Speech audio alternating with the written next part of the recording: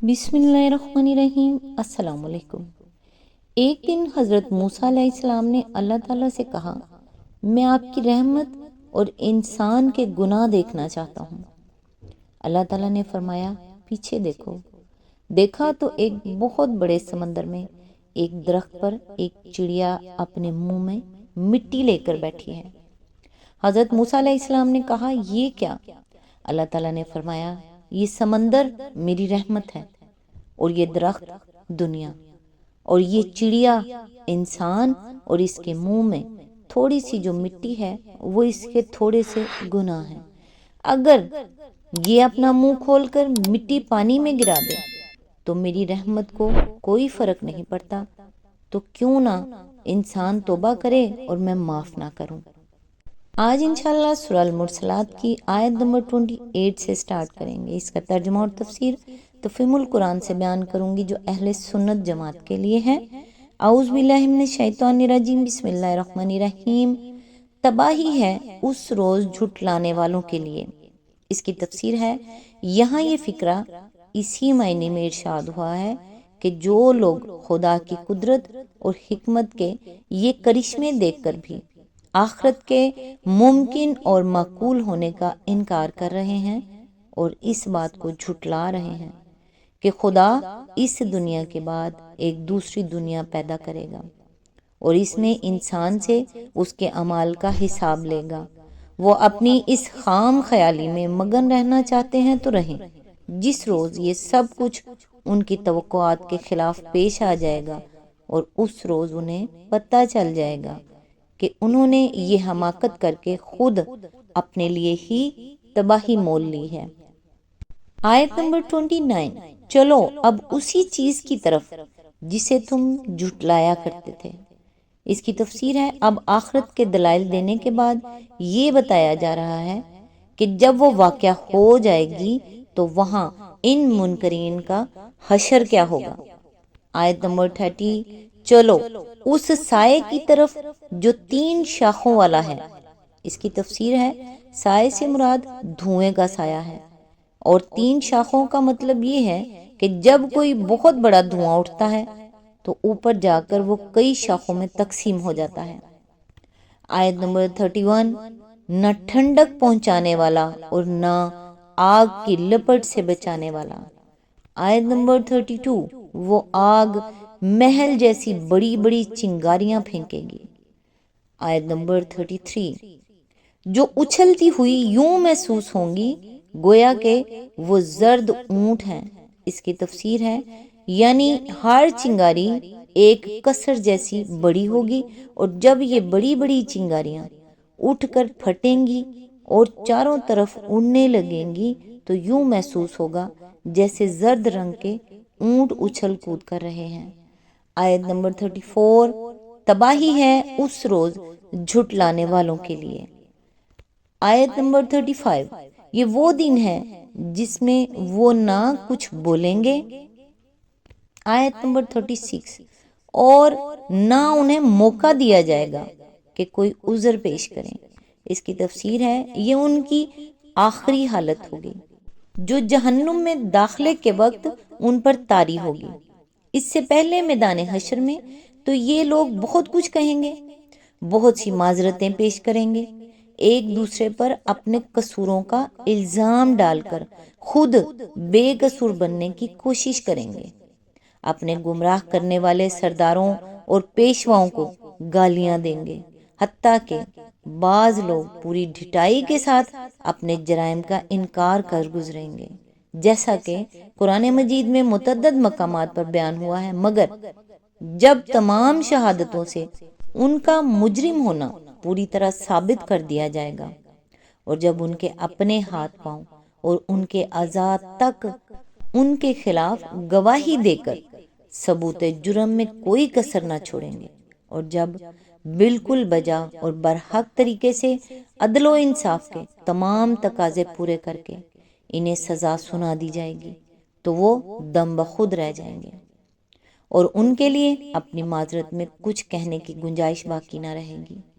عذر پیش کرنے کا موقع نہ دینے یا ان کی اجازت نہ دینے کا مطلب یہ نہیں ہے کہ صفائی کا موقع دیے بغیر ان کے خلاف فیصلہ صادر کر دیا جائے گا، بلکہ اس کا مطلب یہ ہے کہ ان کا جرم اس طرح قطعی ناقابل انکار حد تک ثابت کر دیا جائے گا کہ وہ اپنی معذرت میں کچھ نہ کہہ سکیں گے۔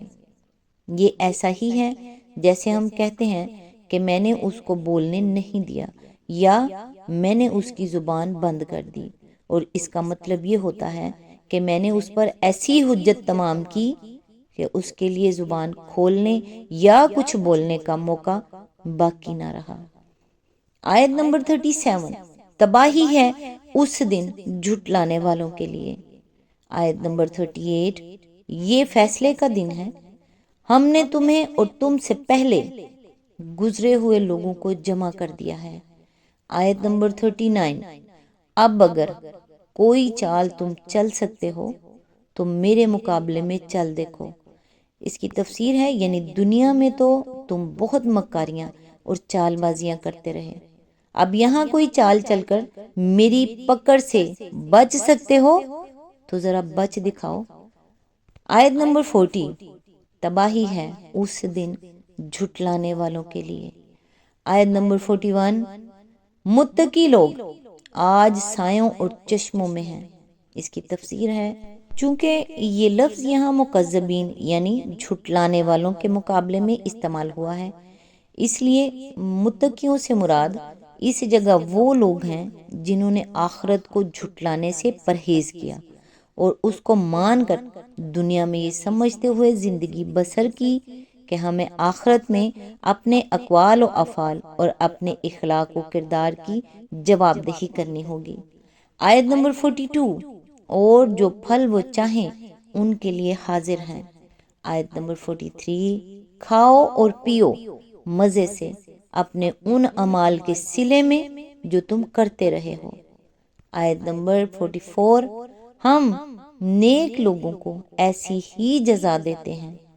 آیت نمبر 45، تباہی ہے اس روز جھٹلانے والوں کے لیے۔ اس کی تفسیر ہے یہاں یہ فقرہ اس معنی میں ارشاد ہوا ہے کہ ان کے لیے ایک مصیبت تو وہ ہوگی جو پہلے بیان ہو چکی ہے کہ میدان حشر میں وہ مجرموں کی حیثیت سے کھڑے ہوں گے۔ علل اعلان ان کے جرائم اس طرح ثابت کر دیے جائیں گے کہ ان کے زبان کھولنے تک کا یارہ نہ رہے گا اور آخر کار جہنم کا ایندھن بن کر رہیں گے۔ دوسری مصیبت بلائے مصیبت یہ ہوگی کہ وہی ایمان لانے والے جن سے ان کی عمر بھر لڑائی رہی، جنہیں وہ بے وقوف اور تنگ خیال اور رجت پسند کہتے ہیں، جن کا وہ مذاق اڑاتے رہے اور جنہیں اپنے نزدیک حقیر اور ذلیل سمجھتے رہے، انہی کو وہ جنت میں مزے اڑاتے دیکھیں گے۔ آیت نمبر 46، کھا لو اور مزے کر لو تھوڑے دن، حقیقت میں تم لوگ مجرم ہو۔ اس کی تفسیر ہے اب کلام ختم کرتے ہوئے نہ صرف کفار مکہ کو بلکہ دنیا کے تمام کفار کو مخاطب کرتے ہوئے یہ کلمات ارشاد فرمائے جا رہے ہیں، یعنی دنیا کی اس چند روزہ زندگی میں۔ آیت نمبر 47، تباہی ہے اس روز جھٹلانے والوں کے لیے۔ آیت نمبر 48، جب ان سے کہا جاتا ہے کہ اللہ کے آگے جھکو تو نہیں جھکتے۔ اس کی تفسیر ہے اللہ کے آگے جھکنے سے مراد صرف اس کی عبادت کرنا ہی نہیں ہے، بلکہ اس کے بھیجے ہوئے رسول اور اس کی نازل کردہ کتاب کو ماننا اور اس کے احکام کی اطاعت کرنا بھی اسی میں شامل ہے۔ آیت نمبر 49، تباہی ہے اس روز جھٹلانے والوں کے لیے۔ آیت نمبر 50، اب اس قرآن کے بعد اور کون سا کلام ایسا ہو سکتا ہے جس پر یہ ایمان لائیں۔ اس کی تفسیر ہے یعنی جو بڑی سے بڑی چیز انسان کو حق و باطل کا فرق سمجھانے والی اور ہدایت کا راستہ دکھانے والی ہو سکتی تھی وہ قرآن کی صورت میں نازل کر دی گئی ہے۔ اس کو پڑھ کر یا سن کر بھی اگر کوئی شخص ایمان نہیں لاتا تو اس کے بعد پھر وہ کیا چیز ایسی ہو سکتی ہے جو اس کو راہ راست پر لا سکے؟ سورہ المرسلات یہاں مکمل ہوئی۔ نیکسٹ انشاءاللہ سورہ نبا کی آیت نمبر 1 سے سٹارٹ کریں گے۔ اللہ تعالیٰ سے دعا ہے، یا اللہ ہمارے رزق کے دانے دانے پر خیر و برکت عطا فرما۔ یا پاک پروردگار ہمارے روزگار میں آئی ہر مشکل، ہر پریشانی دور فرما۔ یا اللہ ہمارے حق میں جو بہتر ہوں وہ تمام نعمتیں عطا فرما۔ یا پاک پروردگار میرے تمام سننے والے، میرے گھر والے اور تمام ان لوگوں کے لیے عافیت عطا فرما اور انہیں خوشحالی اور دونوں جہانوں کی کامیابیاں عطا فرما میرے رب، آمین ثم آمین۔ نیکسٹ ویڈیو تک کے لیے دعاؤں میں یاد رکھیے گا۔ اللہ حافظ۔